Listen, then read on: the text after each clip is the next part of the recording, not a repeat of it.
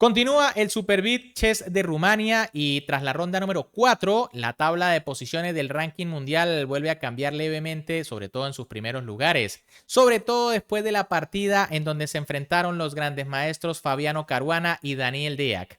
Dos jugadores que están en situación distinta en este torneo, y es que mientras Caruana es el principal favorito a ganar, Daniel Deac es el último preclasificado, siendo el único jugador que no sobrepasa los 2.700 puntos en este torneo. Así que los invito a que se queden hasta el final de esta partida porque, bueno, el ganador no solo se coloca como líder del torneo en solitario, sino que además vuelve a sobrepasar los 2.800 puntos de Elo y se coloca como número 2 del planeta. Supongo que ya saben de quién se trata. Además, también tendrán la tabla de posiciones actualizada tras 4 rondas.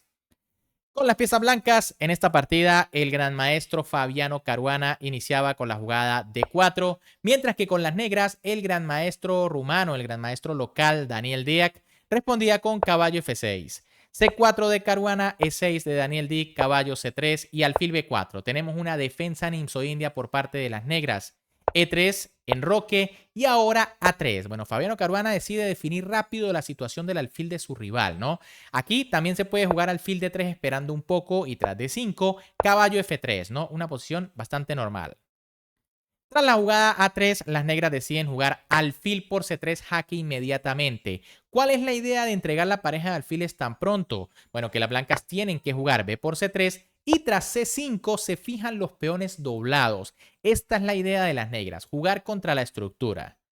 Alfil D3 por parte de Fabiano Caruana, caballo C6 de Daniel Deac que pone presión sobre el peón de D4, torre B1, D6, caballo E2 y E5. Las negras continúan con la presión sobre el centro, pero de momento Caruana tiene todo controlado. Fíjense que 3 piezas atacan, pero al mismo tiempo 3 piezas defienden, así que el peón está protegido. Enroque por parte de Caruana y torre E8 de su rival. Aquí era interesante la jugada de 4 para ganar espacio en el centro. Tras la jugada alfil C2 viene B6, caballo G3 y alfil A6. Y bueno, se busca capturar el peón de C4 para activar un poco más el alfil. Tras la jugada torre 8, que tampoco está mal, F3 por parte de Caruana defendiendo la jugada de 4, B6 de Daniel Deac y ahora E4. Fabiano Caruana decide sacrificar un peón con tal de buscar iniciativa y sobre todo de abrir la posición para que su pareja de alfiles se active. C por D4 por parte de las negras, C por D4 de las blancas, caballo por D4, caballo por E por D4 y alfil G5. Y bueno, finalmente se ha liberado el otro alfil de Fabiano Caruana y la posición está más o menos abierta, ¿no? De momento quizá el problema es el alfil de D3, pero es un alfil que puede liberarse muy pronto con cualquier avance de peón. Torre 5 por parte de Daniel Deac atacando el alfil. Bueno, aquí alfil A6 quizá era un tanto mejor y tras torre C1, torre C8 para presionar en C4. Pero bueno, tras torre E5, alfil H4 de Caruana, dama E7 de su rival, alfil E2 ya presionando el peón central, torre A5, las negras también presionan el peón de la casilla A3 y ahora torre B3 defendiendo. En este momento, bueno, Deac continúa intentando ganar la iniciativa y juega alfil A6, presionando en C4, lo que probablemente es una imprecisión. Había que jugar dama E5 para defender en D4, por lo menos hacer que las blancas pierdan algunos tiempos para poder recuperar el peón. En caso de alfil F2 viene alfil B7 y si alfil por D4, dama E6. Posición más o menos igualada, aunque debo decir que prefiero a las blancas, ¿no? Sobre todo por la pareja de alfiles. Aunque el alfil blanco todavía no es muy bueno, en cualquier momento va a pasar a activarse.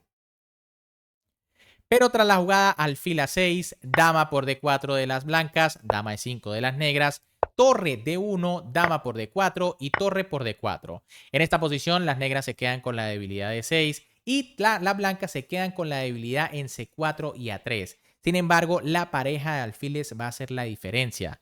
Caballo E8 por parte de Deac defendiendo el peón. Alfil E1 de Fabiano Caruana atacando la torre de su rival.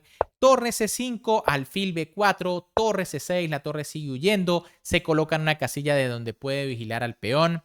F4 por parte de las blancas y ahora torre a C8.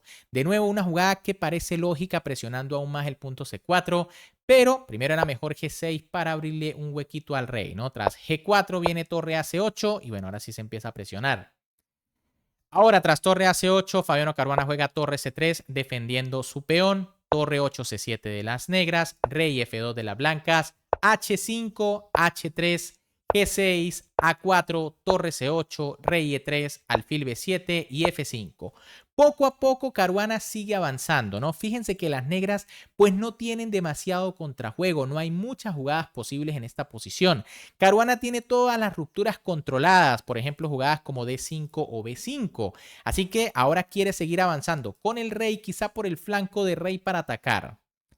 Y bueno, aquí Deac se confunde y hace G por F5. Un error porque debilita mucho su estructura de peones. Lo mejor era intentar seguir aguantando con rey H7. Tras alfil D3 viene torre 8 C7, A5 y H4. Pero bueno, yo creo que tarde o temprano la posición negra va a ceder porque sencillamente Caruana está muy activo con ese rey. Pero tras la jugada G por H5, E por H5 de Caruana y ahora caballo F6. Esto sí ya es un error bastante grave por parte del gran maestro rumano. Aquí lo correcto era rey H7, de nuevo esperando. Tras G4 viene torre 6 C7 e igual una posición en donde las negras se están dedicando a aguantar, pero quizá tarde o temprano no van a poder con el embate aquí de la mayoría de peones en el flanco de rey. Tras la jugada caballo F6, ¿qué sucede? Bueno, que Caruana siguió avanzando con rey F4. Increíble, pero el rey se piensa colar hasta el flanco de su rival para poder capturar los peones y amenazar al caballo. D5 por parte de Díaz que reacciona aprovechando la clavada del peón, pero alfil E7, ganando un tiempo allí amenazando el caballo, ¿no? Y es que, bueno, ya empiezan a tener problemas las negras, sobre todo por las redes de mate que existen con jugadas como torre G3. Y bueno, aquí Deac ya comete el error final y juega torre E8. Quizá la única jugada era alfil A6 para seguir presionando en C4. En caso, por ejemplo, de alfil por F6, vendría torre por D5 y rey F8, pero ya esto es ventaja material para Caruana. Sería un peón, las piezas activas y bueno, prácticamente las negras sin contrajuego. En cambio, bueno, tras torre 8, la derrota se apresura porque Fabiano Caruana juega torre E3 y Daniel Deac decide abandonar porque sabe que está prácticamente como una especie de Zugzwang, ¿no? Y es que, bueno, hay muchas amenazas. La principal, peón por peón. Por ejemplo, si se juega algo como Des por C4 para evitarla, entonces viene alfil por F6. Y el problema es que tras torre por viene torre de 8 y esto termina en mate. Básicamente en esta posición, pues las negras están totalmente perdidas. Bien amigos, ¿qué les pareció esta partida de Fabiano Caruana? Demostrando por qué es el gran favorito, ¿no? Y es que recuerden que ya le ganó a Alireza Firuza en la primera ronda en otra partida que tienen aquí en el canal y les estaré dejando en alguna tarjeta. Ahora, con este resultado, fíjense cómo se ha movido la tabla o el ranking mundial, ¿no? En el primer lugar, indiscutiblemente, Magnus Carlsen. Recuerden que esta es la lista oficiosa, es decir, no es la oficial, esa saldrá en los próximos días en julio.